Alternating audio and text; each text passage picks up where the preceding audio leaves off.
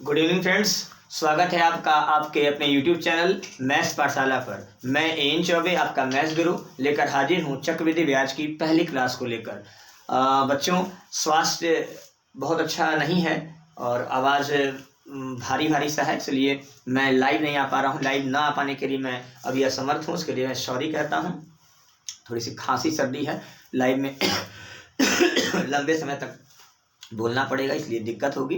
इसलिए मैं आपके सामने आपका सेशन खाली ना जा पाए, इसलिए मैं वीडियो रिकॉर्ड करके आपको भेज रहा हूँ।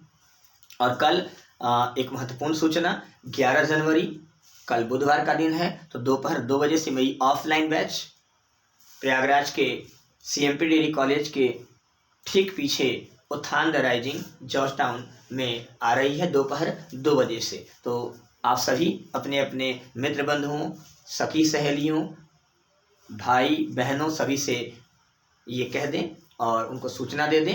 और कल से मेरी बैच आ रही है, तो 5 दिन की फ्री ट्रायल है, तो ट्रायल लेने आए। उसके बाद एडमिशन का प्रोसेस शुरू होगा। तो पहले फ्री डेमो क्लास है, तो फ्री डेमो क्लास के लिए ज़रूर आए। तो ध्यान रखिएगा, कल दोपहर 11 बजे से मेरी बैच आ रही है, ऑफलाइन बैच। ठीक है, मैं इसे पोस्ट पर ही डालूंगा, तो आप वहाँ से भी एड्रेस का पूरा पता और कॉन्टेक्ट नंबर का पूरा पता ले सकते हैं। ठीक है, इसको ध्यान रखिएगा। चलिए स्टार्ट करते हैं चक्रवृद्धि ब्याज के बारे में।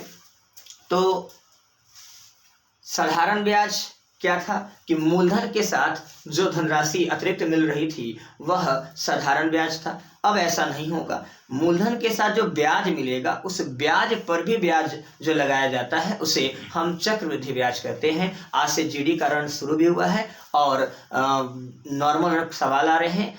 आज का जो अपडेट है उसके आधार पर मैं आपसे कह सकता हूं कि आप 20 में 18 सवाल गणित में आराम से कर सकते हैं। ठीक है, जिसमें साधारण चक्रवृद्धि ब्याज से लेकर परसेंटेज, प्रॉफिट लॉस, अनुपात, समानुपात, इन सब की भूमिका रही है। ठीक है, चलिए स्टार्ट करते हैं।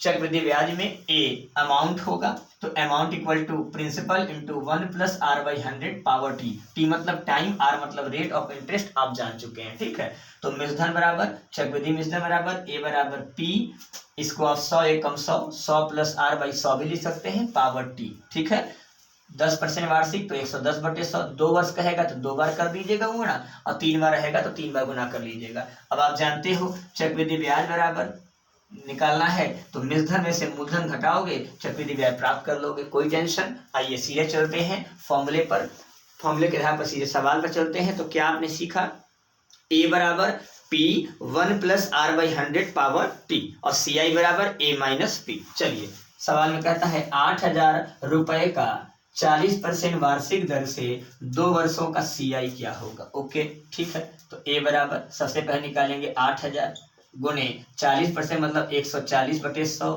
गुणे 140/100। बड़े ही आराम से 1 2 3 1 2 3 लड्डू कैंसिल, 1 0 और कैंसिल। ठीक है, अब देखिए 14 गुणे 14 होता है 196। आपने मतलब वो वर्ग पढ़ा होगा। ठीक है, तो 14 गुणे 14 196 हो गया। अब 196 गुणे 8 में 0 पहले से है, अवेलेबल कर लेते हैं, 196 इंटू 8 कर लेते हैं। ठीक है, तो 8 × 48 के 8 हासिल 4, 19 8 152, 152 और 4 156, तो 15,680 CI हो गया, सॉरी A हो गया। अब CI बराबर चाहिए तो A - P, तो 15,680 और माइनस 8,000 आप करोगे तो 15 में से 8 गया 7, 7,680 आपका फाइनल जवाब हो जाएगा। लाइन क्लियर, बातें समझ में आ गई, उम्मीद करते हैं चीजें समझ में आ रही होंगी। ठीक है, दूसरा सवाल लेते हैं। इसी में रीड लाइंस कलेक्ट इन्फॉर्मेशन का आधार रहेगा। ठीक है, 12,000 रुपए का 20% वार्षिक दर से कितने वर्ष में, इस बार वर्ष पूछ लिया है, चक्रवृद्धि ब्याज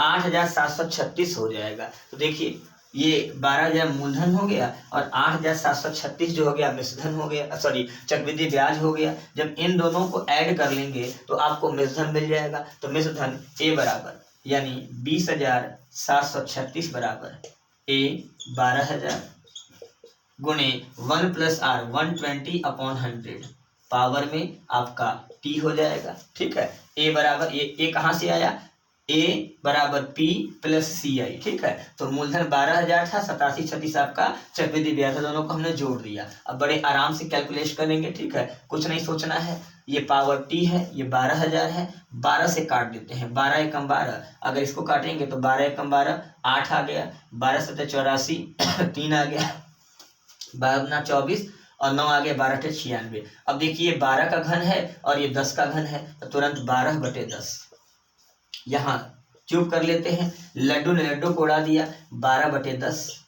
अब पावर में टी है। अब आप पिछले वीडियो में सीख चुके हैं, जब आधार बराबर हो तो पावर इक्वेट होते हैं, तो पावर टी बराबर 3। यहाँ का पावर टी, वहाँ का पावर 3, यानी आपका हो गया 3 वर्ष में। ठीक है, उम्मीद करते हैं प्यारा सा कॉन्सेप्ट समझ में आया होगा। टाइप 2 में चलते हैं। इस टाइप के सवाल की यानी कि प्रबल संभावना है, बिल्कुल बिंदास तरीके से सीखेंगे, कोई टेंशन नहीं लेंगे। ठीक है, सवाल देता है, साधारण ब्याज में हम लोग ऐसा पढ़ चुके हैं, सीआई की एक निश्चित दर से कोई धनराशि 7 वर्ष में दोगुनी हो जाती है, तो कितने वर्ष में वह 4 गुनी हो जाएगी। बड़े आराम से सवालों करेंगे। 7 वर्ष, तो 7 वर्ष ले लिए और यहाँ दोगुनी, दोगुनी जो बोल रहा है उसको हम लिखेंगे n बराबर 2, दोगुनी 2, तिगुनी रहता तो 3 लिख देते। ठीक है, तो कितने वर्ष में, t बराबर क्वेश्चन मार्क, वह 4 गुनी हो जाएगी, तो n बराबर 4 कर देंगे। ठीक है, अब इसमें ध्यान लगाना है सबसे पहले कि जो बड़ा वाला पावर होगा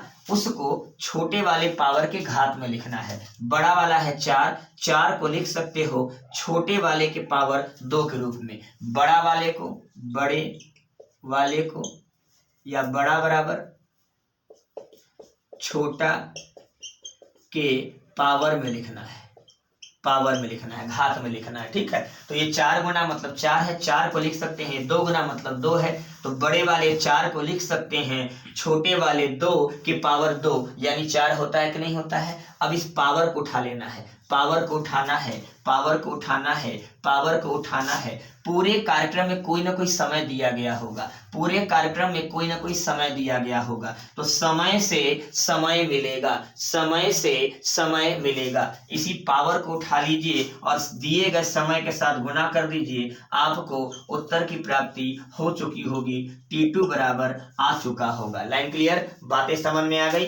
बड़े वाले को छोटे वाले के पावर के रूप में लिखना है, उसी पावर को उठा लीजिए और समय से गुना कर दीजिए, आपका उत्तर आ जाएगा। मन में एक सवाल आ रहा होगा कि सर अगर बड़े वाले को छोटे वाले की घात में के रूप में न लिखा जा सके तब क्या करेंगे? इसका जवाब हम लोग अगले वीडियो में देखेंगे। ठीक है, अगली क्लास में इसका जवाब देखेंगे, अभी नहीं। तो सीआई, एक सवाल और कर लेते हैं आपके प्रैक्टिस के लिए। सीआई की एक निश्चित दर से कोई धनराशि 11 वर्ष में स्वयं की तिगुनी हो जाती है। तुरंत हमने n बराबर 3 लिख दिया, n बराबर 3 लिख दिया। यहाँ मैं सॉल्व कर देता हूँ, आपको दिखेगा n बराबर 3 कर दिए। ठीक है, कितने वर्ष में T2 निकालना है। ठीक है, वह स्वयं की 27 गुनी हो जाएगी। n1 3 है, n2 27 है। अब आप खुद अंदाजा लगा सकते हैं कि जो बड़ा वाला है वो 27 है, तो 27 को, बड़े वाले 27 को छोटे वाले पावर के, छोटे वाले के पावर के रूप में लिखना है। तो बड़ा वाला 27 है, छोटा वाला